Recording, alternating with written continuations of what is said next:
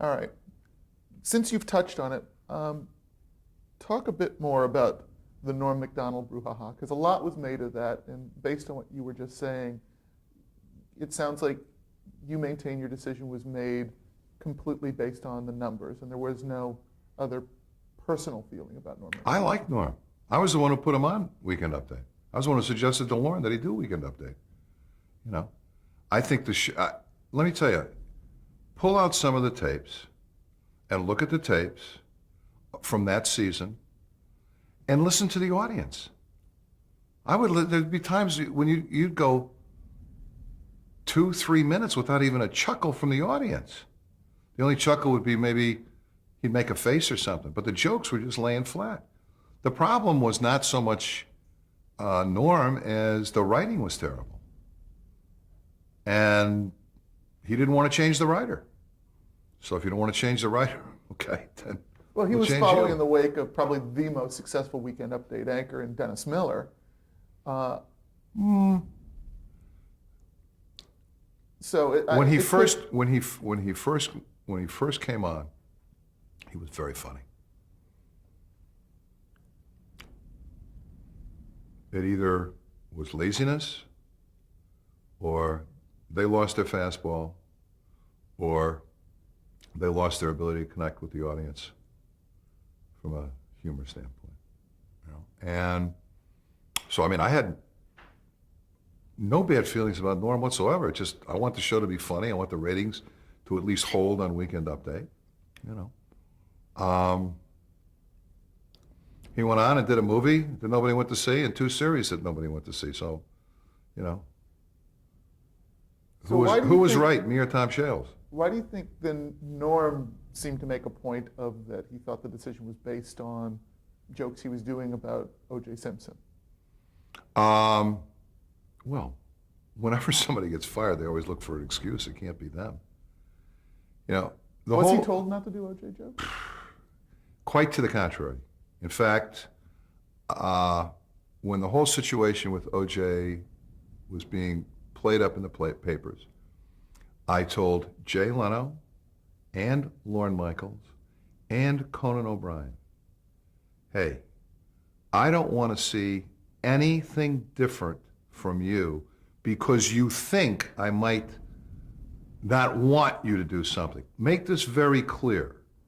You do the shows the way you want to do it, okay? I mean, you know, what's so infantile about that excuse? Stop and think, what were the funniest pieces on Saturday Night Live at that time? The Dancing Itos. Oh, no, I'm sorry, those were on Tonight Show. those were on the Tonight Show. I mean, it's such a lame excuse for somebody who was failing. And I you know, I have no animus. I like Norm. I thought he was a great sketch player, and I thought when he initially started on the Weekend Update segment, I thought he was very good. I became an easy target because, and I allowed myself to become an easy target because of the O.J. Simpson thing. I was brought up that you don't desert somebody who's been one of your best friends for 27 years because they're at the darkest moment of their life. Okay? That's just the way I was brought up. And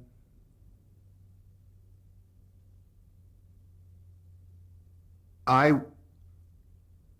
caused enormous pain that I could certainly deal with, but I caused enormous pain to my kids because of things that were said to them, because of what was written about me in the newspapers and what people were saying about me. I understand that. But you don't desert a friend. Okay? Guilty or innocent, you don't desert a friend. Now, you can disagree with that. You can say, I'm a jerk for feeling that way. But that's just the way I was brought up. And if I had it to do all over again, I'd do the same thing. Not because I was making a statement about guilt or innocence. I was making a statement about a friend who was going through as the most painful situation any human being could go through, any living human being could go through. So But I made very clear to everybody at NBC that I didn't want there to be any misunderstanding, any confusion, that if that the only thing I would be upset with is if I felt somebody was pulling their punches and going to use me as an excuse. What their job was to please the viewer. And if they felt by doing the Dancing Itos or the unbelievably funny things that Saturday Night Live did, I remember or the the stuff that Conan did. I mean, for Norm and the Norm supporters to kind of like pretend that that was the excuse. The only way you can accept that as an excuse is if you don't look at what the facts are, you know. And so, you know. But again, all it was about for me was winning and trying to win with good shows. That's all I cared about. You know. I did feel bad because it hurt. It caused pain for my kids, you know. You don't like to see that happen. And it was really kind of at that point that I started thinking, you know what? These jobs aren't that important anymore anyway.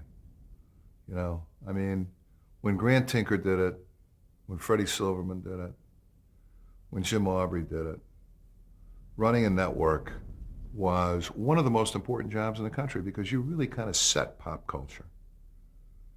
And I came in on the tail end where we really had an enormous impact on pop culture. All it was becoming, and I could see it, you know, I could see that it was going to happen before I took the job. That's why I was like, okay, I'll take this challenge. Networks have become kind of the people who try and homogenize the pop culture that's established, whether it's on MTV or E or the magazines or the internet or whatever. They're trying to grab a hold of the pop culture instead of, in a way, having an incredible influence on pop culture. And, you know, then you start saying, there was a great line in Pippin. You ever see the play Pippin? The musical, sure. The musical Ben Pippin. Vereen, yeah. Is the fornicating I'm getting what the fornicating I'm getting? You know, that's, you know, it really started to become apparent in my mind that I'd accomplished what I'd set out to do, you know. By that time, we were back to number one in prime time. We were number one in late night again. Conan was on his way to working. You know, we were making some strides in daytime. You know, Now listen, maybe it was time for Wyatt to ride into the sunset. before Wyatt left Dodge or whatever town he was in, let's talk about some of the challenges. Now, at what point did you clear that bar and take the network to number one in your tenure? You got there in 93. I think Friends ER was 94.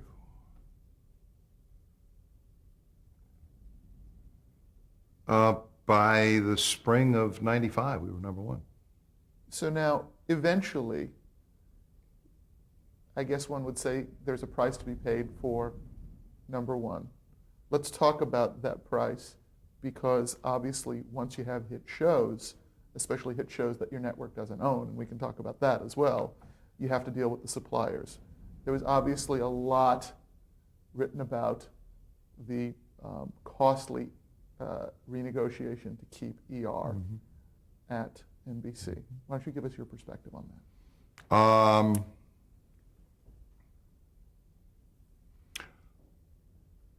Well, NBC had been given we'd been given the option after the first year. Warner Brothers had made a proposal that would, same proposal on both Friends and ER, that would have extended it to the sixth year.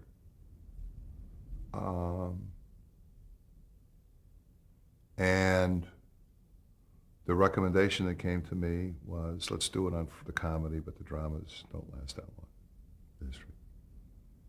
So, in retrospect, it was a mistake. It was, circumstances made it a more costly mistake. Had not Seinfeld decided to not go forward with another season,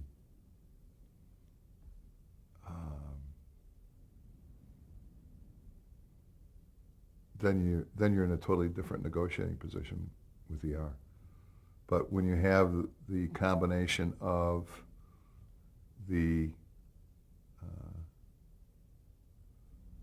contract coming up on ER, and at the same time Seinfeld's going to leave, and those you could lose one of your Thursday night shows and survive. You couldn't lose two at the same time. So it was a combination of timing. And in retrospect, nobody wrote about the brilliance of the deal on Friends. So, all the money, not all the money, but a good deal of the money that we were forced to pay out on ER, we were still making on Friends because we'd extended one. But in retrospect, it's a mistake. Nobody's perfect. What was the ripple effect in terms of a business model that made sense for the network, as well as just the immediate economics of running the network of that deal? Well, I mean, the business model for an advertiser-supported network, there's room for 1.5 networks. I mean, you're dealing with a business that has one revenue stream, competing with a business that has two revenue streams. I mean, if I brought in a group of 6th graders, okay, and I said, okay, group of 6th graders, I'm in the network television business. I make programs. I pay a lot of money for the programs. A lot of people watch the programs, and I sell advertising. My competitor over here makes programs, sells advertising. Not as many people watch his programs, so he can't sell his advertising for as much money. But all of you kids, whether you watch his shows or not, pay him a quarter, 50 cents per month. Long term, kids, who's going to win? These 6th graders would caucus for, 12 seconds? They'd say, Strohmeyer, you're screwed, So, I mean, you're... I think that the ER prices up the ante, but not by that much. They upped what scale was, but not by that much. I think at the same time it did that, it speeded up something that I had been screaming about for a long time, which is you have to own your own hits. And you see the networks owning more and more of their own shows, or at least having a controlling interest or having some interest in their hits. So, I mean, I look at it this way. Without having to pay the price of the mistake on ER, which was clearly a mistake, I probably wouldn't have been so driven to make sure that we owned Will and Grace, and that NBC Studios, owns the shows that they own. So had I not been that driven to do that, maybe we wouldn't have owned Will and Grace, and we more than made up with profit on Will and Grace what ER cost us. Talk about Seinfeld. You made mention of the fact that it went away before you thought it would or before you hoped it would. First of all, I'm sorry, what? No, I said neither one of those. Had it not gone away in the same year that ER's contract was up, it would have been a different story. Sorry. Now, the year before Seinfeld went away, Larry David left the show.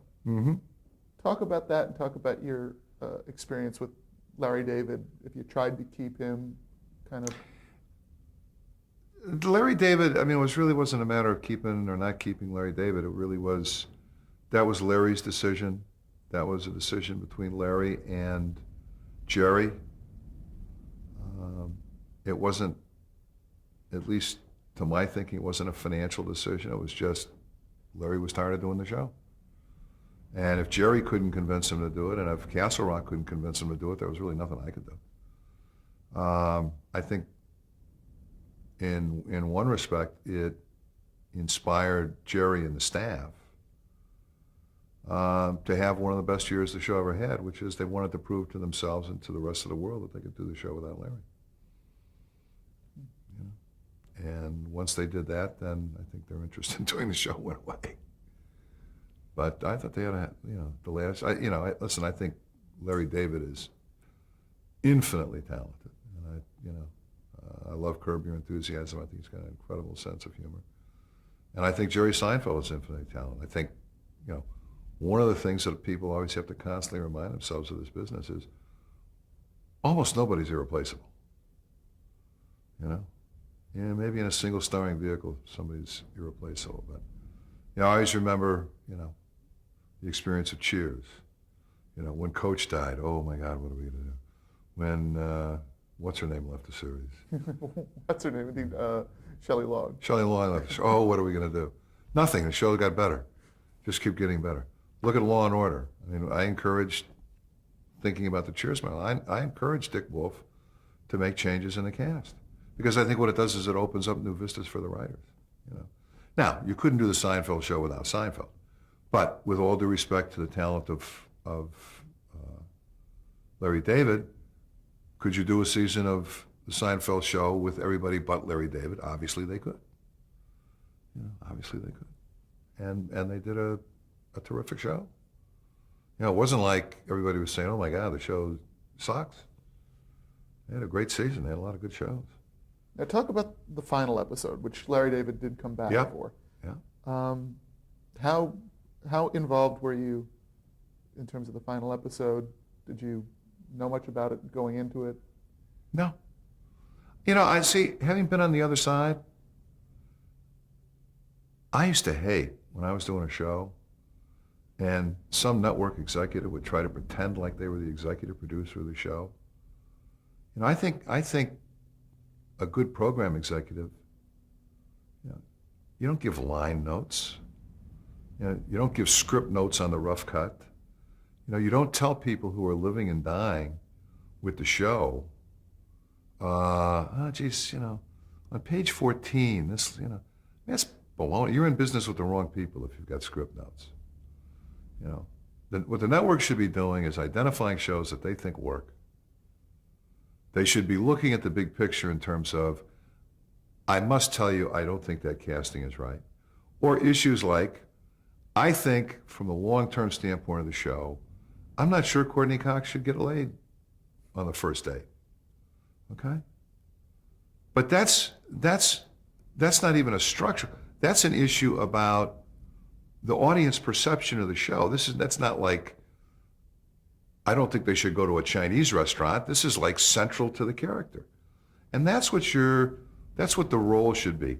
Then, having done that, having picked a show, having encouraged the people, having maybe tried to bring like ER, Heroes with Compassion, like Law and Order, make me believe my kid's on the table. These are professionals. All you have to do is try and maybe remind them of what their vision was. It's not changing their vision. That's when network executives screw up shows. A show can only be as good as its dumbest network executive. Okay? That's a truism. And so, the final episode of Seinfeld, guys, go as long as you want, please. Okay? Write what's going to make your heart feel great. Make sure that you don't do something from a standards and practices standpoint that's going to give us a problem. But other than that, please. It's like, I remember when we were doing Cheers, the finale of Cheers. Guy from the studio called me up. They said, the boys are writing and they can't, they're not going to be able to fit this into a half hour. And the problem is, Well, how long can they go? How about as long as they want? You know? Well, we won't charge you anything extra. I don't care if you do. I will tell you, I'm going to charge extra for the commercials. Live. You know, you don't tell somebody who's in the 5th, 6th, 7th year of a successful show what they should be doing. You know, the only thing I wanted out of Cheers was we were trying to create an event out of the night. Just wanted to make sure those guys went on the Tonight Show that night when we sent Jay up to Boston. I remember it well. They all seemed pretty well happy. Fabulous. and the problem was? It was good television. That's right. That's exactly right. That's exactly right. And that's all it's about. No, I mean, I'm the only person who ever had the job that I had who actually has written, produced, and directed a television show. Now, doesn't that seem strange to you? Doesn't that seem kind of like weird? You know, I would tell the program executives, if you can tell Jim Burrows what's wrong with his show, if you really could, the reality is you should be out doing the show and think of how much more money you'd be making. Don't pretend you can tell Jim Burrows what's wrong with his show. Sit and listen to Jim Burrows, watch him work, and become a better program executive. Promote the shows. If you see something large, okay? But don't pretend you're the executive producer. Like I said, I used to hate that when I was on the other side. And I think, you know, it is show business. And that presumes that you know how to do a show, not how to tell somebody else to do a show. So, I mean, and to a great degree, I think that's why I got along with the talent better. You know, I got along terribly with the agents because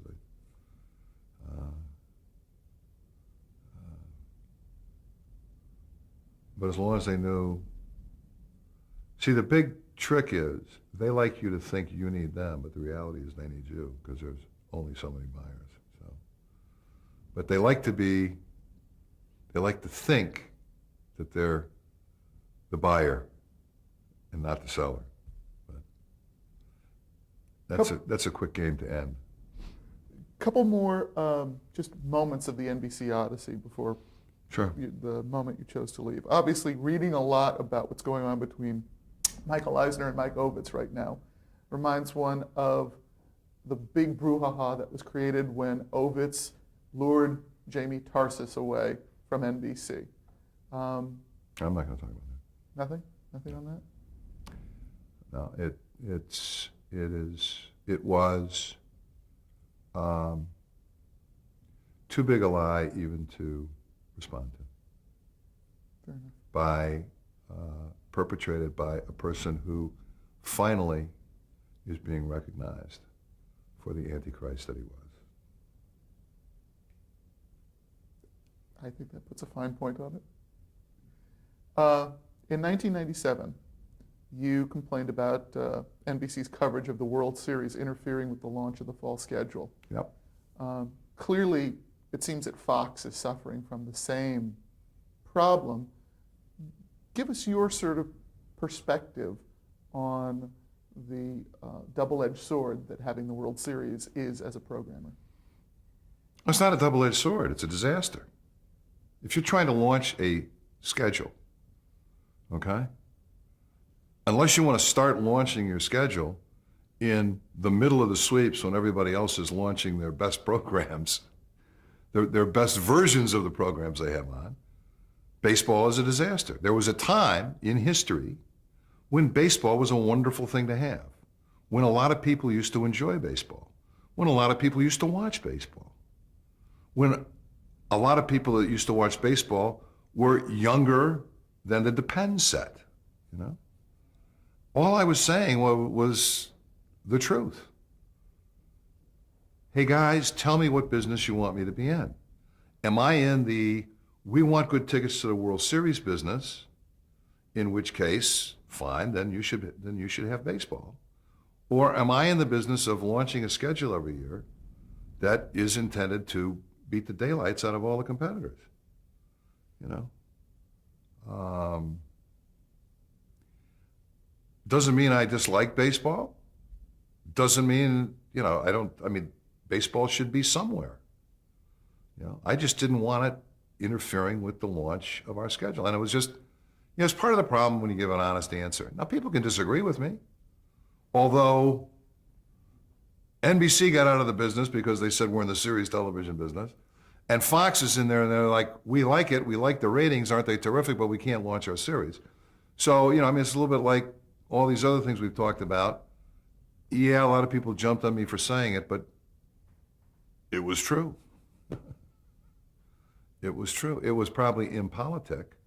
But I really was at the point where part of saying it was, because I mean, the people that really got upset were the people from baseball. I wanted us out of the baseball business. And if I couldn't talk sense into the people inside, maybe I could talk sense into the people outside. And, I didn't waste a lot of promotion on baseball. So I'm there to win.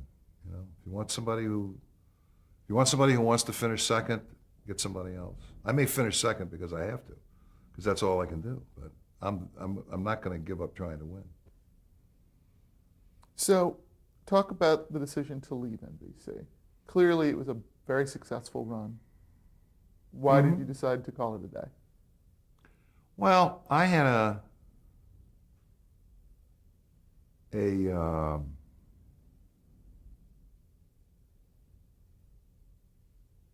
really incredible experience. I found out at a certain point in my life that my kids loved me enough to do an intervention on me to get me into Betty Ford and to begin recovering from alcoholism and addiction. And that was a life-changing event for me. And for the first time in my life, I spent 30 days thinking about nothing other than what was the meaning of my life. Because I had to. Because I wanted to stop being an alcoholic and an addict. And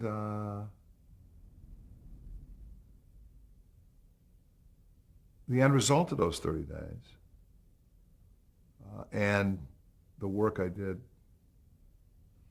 for a long time after was to understand what was important in life to me. And that what had been important in life to me, which was that insatiable, unquenchable, irresistible urge to win, was not what was the most important thing in my life. And the 30 days gave me time to think about all the things that I wanted to do in my life that I hadn't done. Gave me the opportunity to look at the weaknesses that I had allowed to creep into my character, that either I had not been aware of consciously, or was aware of and was pretending they weren't there. And so, based on all those things, it was time to leave Dodge. And so it was really an easy decision. People say, oh, God, don't you miss it? I said, no, not a second. Not a second. And I think everybody, they keep asking, well, when's Don coming back? Never. I've had a number of calls. I'm on the Nancy Reagan program, which is just say no. There may be enough money in the world, but you don't have it, because I don't have the interest anymore. And I think, I was very fortunate. I really look at it that way. I was very fortunate to have the kind of support system that I wasn't even really aware I had, that allowed me to do this, to do that 30 days and then that time when I got back of really working on my program. And it really changed what I thought the meaning of my life was. And when I look back, I think about being so fortunate to have done so many things that I found gratifying. And yet, to get out the way I got out, I'm a lucky guy.